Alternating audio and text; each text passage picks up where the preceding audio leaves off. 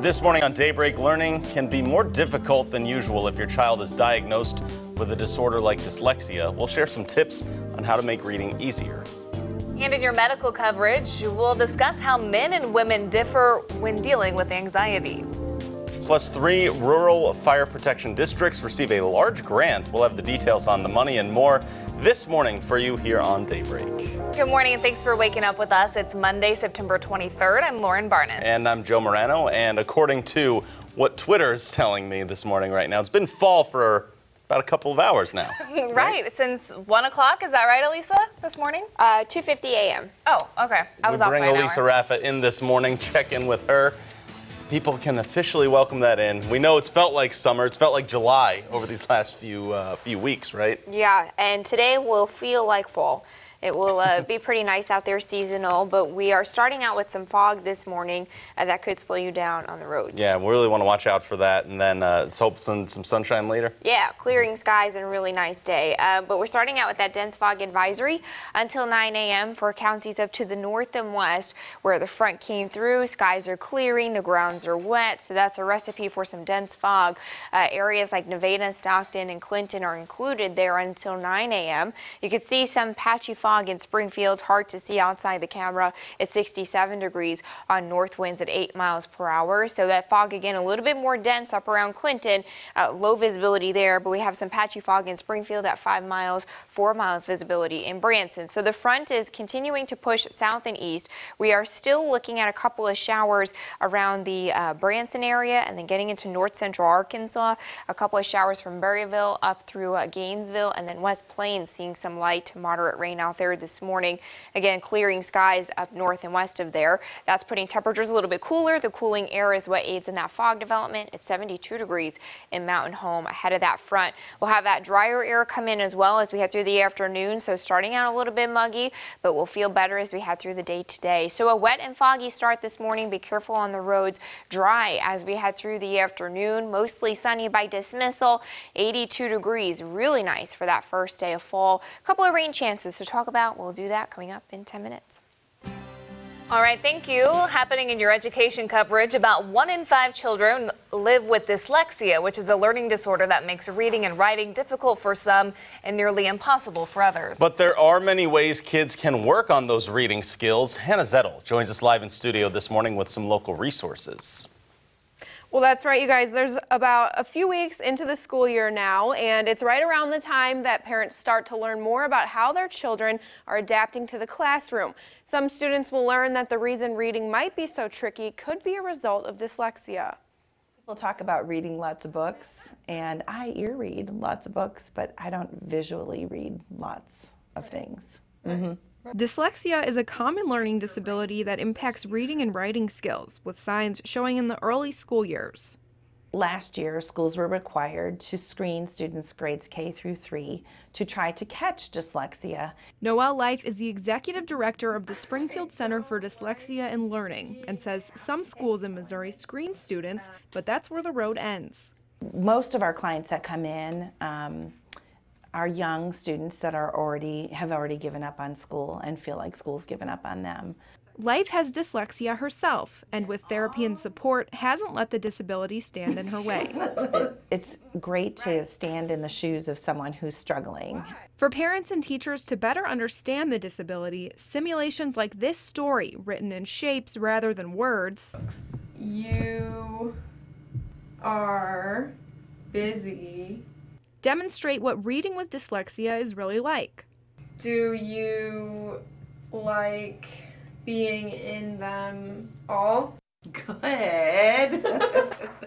Moving forward, the hope is that raising awareness will help to decode dyslexia.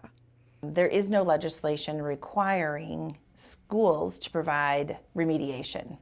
So that would be on the docket for this year to write a bill and present that. Life encourages parents to join the Facebook group Decoding Dyslexia Missouri, which advocates for dyslexic children and works with legislators to improve laws. She also stresses to remember, even though a child might struggle with reading, it's important to find a field that they do excel in and they can thrive at that. Hannah Zettel reporting for you this morning. We turn to our medical coverage now. Anxiety is something you may be afraid to discuss, according to Burrell Behavioral Health's counselors. Stephanie Robbins tells us anxiety can look different in different people, and oftentimes men won't seek help unless prompted by someone else to. If anxiety is left untreated, people can seek out coping mechanisms like drugs, alcohol, or eating disorders. Robbins says the biggest issue is the stigma of just getting help. I think that I see a lot more shame associated with anxiety in men, where maybe they feel like they're supposed to be able to be more controlled or, be able to handle their emotions, and maybe that feels a little bit more out of control sometimes is what I hear them saying.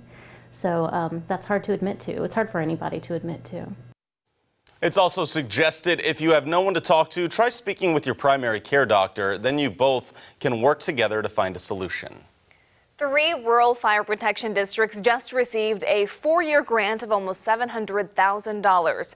The Staffing for Adequate Fire Emergency Response Grant, otherwise known as the SAFER Grant, will help get more volunteers for the stations.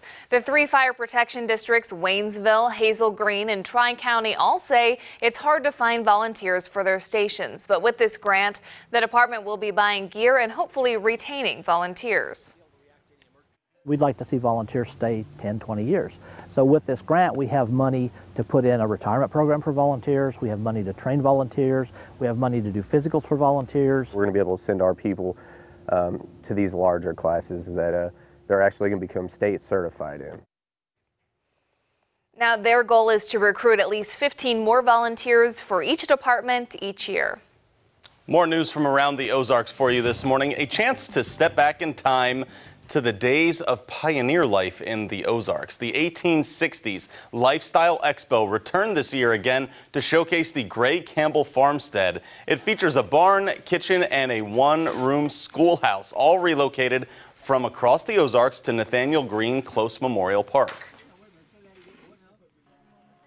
What our demonstrators will say to me is that they are surprised and impressed by how many young people stop at the demonstrations. They want to know how things were done, and they like learning the new, even though it's old.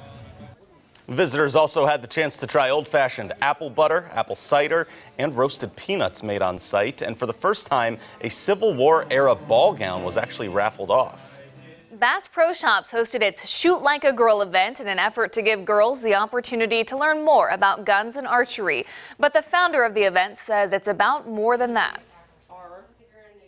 We offer this service for free. We don't charge a woman. We never will charge a lady to come in. And you see, some ladies are apprehensive about shooting, and they go in and they shoot and they come out of the trailer and their head's held high, and the experience is just it really makes you feel like you're doing something more than introducing women to shooting. Girls had the chance to shoot pistols, rifles, and bows, all at a mobile range put inside a tractor trailer. They could also compare many of the guns at a special gun counter. Still ahead for you this morning on Daybreak, we have a look at your Money Watch. That includes the latest in the legal battle over Led Zeppelin's Stairway to Heaven. Stay with us.